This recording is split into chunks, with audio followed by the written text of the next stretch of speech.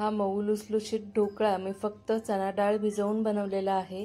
यात जराही तांदळाचा वापर केलेला नाहीये किंवा सोडा वापरलेला नाहीये। बनवायची पद्धत एकदम सोपी आहे। झटपट तुम्ही हा ढोकळा बनवू शकता।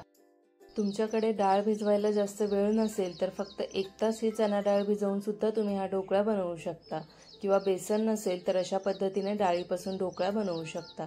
तर चला झटपट रेसिपीला सुरुवात करूया। चणा डाळ स्वच्छ धुवून मी इथे भिजत घातलेली साधारण 3 तास झालेले आहे तिला भिजून। तर इथे मी 1 कप चणा डाळ घेतलेली आहे। हे कप पाहू शकता, या कपच्या मापाने मी 1 कप चणा डाळ स्वच्छ धुवून 3 तास भिजवून घेतलेली आहे। वेळ कमी असेल तर 1 ते 1.5 तास डाळ भिजवलीत तरीही चालेल। आता या सगळ्या डाळीमधलं पूर्ण पाणी काढून घ्यायचं आणि मिक्सरच्या भांड्यामध्ये ही डाळ काढून घ्यायची। त्यानंतर 2 हिरव्या मिरच्या आणि अर्धा इंच आल्याचा तुकडा मी घेतलेला आहे। तर आता हे सुद्धा डाळीसोबतच वाटायला घालूया। नंतर घालूया 2 चमचे साखर।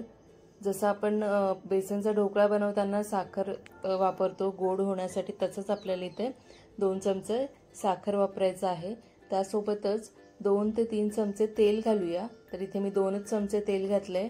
थोडीशी हळदी घालायची चिमूटभर, थोडं चवीनुसार मीठ। आता ज्या कपने मी डाळ घेतलेली मोजून त्याच कपने अर्धा कप यात मी वाटण्यासाठी पाणी घालणार आहे। कारण जास्त घट्ट नकोय आपल्याला। बेसनचं आपण जसं बॅटर तयार करतो तसंच थोडंसं घट्टसर बॅटर आपल्याला हवंय। जर पाणी घातलं नाही तर मग ते एकदम घट्ट होईल। ही डाळ एकदम बारीक वाटून घ्यायची, जाडसर ठेवायची नाही। आता कन्सिस्टन्सी तुम्ही पाहू शकता या डाळीची, म्हणजे या बॅटरची। तर आता हे सगळं मी मिक्सरच्या भांड्यामधून एका वेगळ्या बाउलमध्ये ट्रान्सफर करून घेतलेलं आहे। आणि कन्सिस्टन्सी तुम्ही हे पाहून घ्या। तुमच्या गरजेनुसार तुम्ही इथे पाण्याचा वापर करा। असं घट्टसर फक्त पाहिजे बॅटर। आता झाकण देऊन 10 मिनिटसाठी हे बॅटर तसंच ठेवून देऊया। तोपर्यंत इथे आपल्याला ढोकळा वाफवण्यासाठी पाणी गरम करायला ठेवायचं आहे। तर ज्या भांड्यामध्ये तुम्ही ढोकळा वाफवणार आहात त्यामध्ये असं स्टीलचं एक स्टँड ठेवायचं आणि 1 ते 1.5 ग्लास पाणी घालायचं आणि झाकण देऊन ते गरम व्हायला ठेवून द्यायचं। पाणी गरम होतंय तोपर्यंत ज्या भांड्यामध्ये आपण ढोकळा वाफवणार आहोत त्याला तेलाने ग्रीस करून घेऊया। तर 1 चमचा तेल घालून पूर्ण भांड्याला हे तेल लावून घ्यायचं, म्हणजे ढोकळा चिकटणार नाही। 10 मिनिटसाठी थोडा वेळ आहे, त्यामुळे मी पाणी जे आहे ते एकदम बारीक गॅसवर गरम करायला ठेवलंय। तर 10 मिनिट नंतर तुम्ही पाहू शकता इथे मी आता घातले पाव चमचा हिंग। आता हिंग घातल्यानंतर हे बॅटर चांगलं फेटून घ्यायचं 3 ते 4 मिनिटसाठी। जितकं जास्त फेटाल तितकी ह्यात ऊब तयार होईल आणि बबल्स तयार होतील आणि त्यामुळे काय होईल, ढोकळा चांगला जाळीदार होईल आणि फुलेल। तर आता इथे मी 4 मिनिटसाठी हे बॅटर चांगलं फेटून घेतलंय। पाणी पूर्णपणे उकळलेलं आहे। पाणी उकळायला लागलं की लगेच आपल्याला या बॅटरमध्ये घालायचंय लेमन फ्लेवरचं 1 इनोचं पॅकेट। आणि इनो ॲक्टिवेट व्हावं त्यासाठी वरून आपल्याला 2 चमचे लिंबाचा रस घालायचंय आणि हलक्या हाताने हे मिक्स करून घ्यायचंय। जास्त पटापट हे बॅटर फेटलं तर मग ढोकळा फुलणार नाही, घट्ट होईल। त्यामुळे हळूहळू फेटा। त्यासोबतच लेमन फ्लेवरचंच इथे तुम्हाला इनो घ्यायचं आहे। दुसऱ्या फ्लेवरचं घेतलं तर ढोकळ्याची चव खराब होईल। आता हे बॅटर मी तेलाने ग्रीस केलेल्या भांड्यामध्ये घातलं। त्यानंतर उकळलेल्या पाण्याच्या वरून स्टँडवर मी हे भांडं ठेवून झाकण दिलं। आता थोडी मोठी गॅस सुरुवातीला 5 मिनिट ठेवायची आणि मोठ्या गॅसवर हा ढोकळा 5 मिनिटसाठी वाफवून घ्यायचा। त्यानंतर 10 मिनिटसाठी मीडियम गॅसवर वाफवून घ्यायचं। तर इथे जराही अधूनमधून झाकण उघडायचं नाही, नाहीतर मग ढोकळा फुलणार नाही।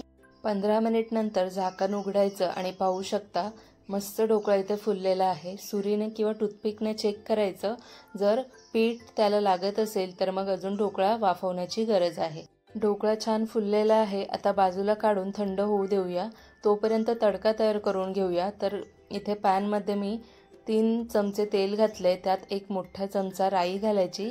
राई चांगली तडतडू द्यायची, कारण राईमुळेच ढोकळ्याला अजून छान चव येते, म्हणून मी भरपूर राई घातलेले आहे। त्यानंतर पाव चमचा हिंग, 9-10 कढीपत्त्याची पानं आणि 2 ते 3 हिरव्या मिरच्या तुम्ही इथे उभ्या चिरलेल्या घाला आणि हा तडका हलकासा फ्राय करून घ्यायचा। राई जी आहे ती तडतडू द्यायची चांगली, जर कच्ची ठेवली तर मग तडक्याला चव नाही लागणार। राई, कढीपत्ता आणि मिरची चांगली फ्राय झाली की त्यात घालायचं 1 कप पाणी। ज्या कपने डाळ मोजून घेतलेली त्याच कपने मी 1 कप पाणी घातलेलं आहे।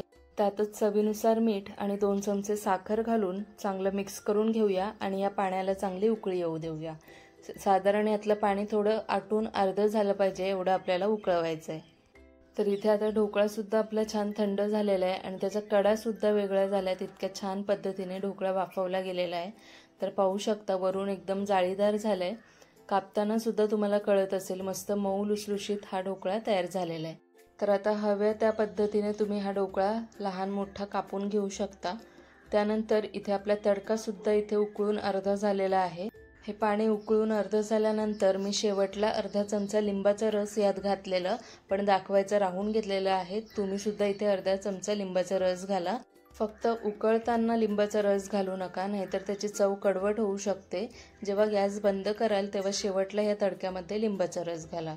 तर आता इथे मी हे पाणी जे आहे साखरेचं ते हलकं गरमच ठेवलेलं आहे, कारण जर एकदम तुम्ही थंड किंवा कोमट करून घालाल तर या ढोकळ्यामध्ये पटकन ते सोक करून घेणार नाही।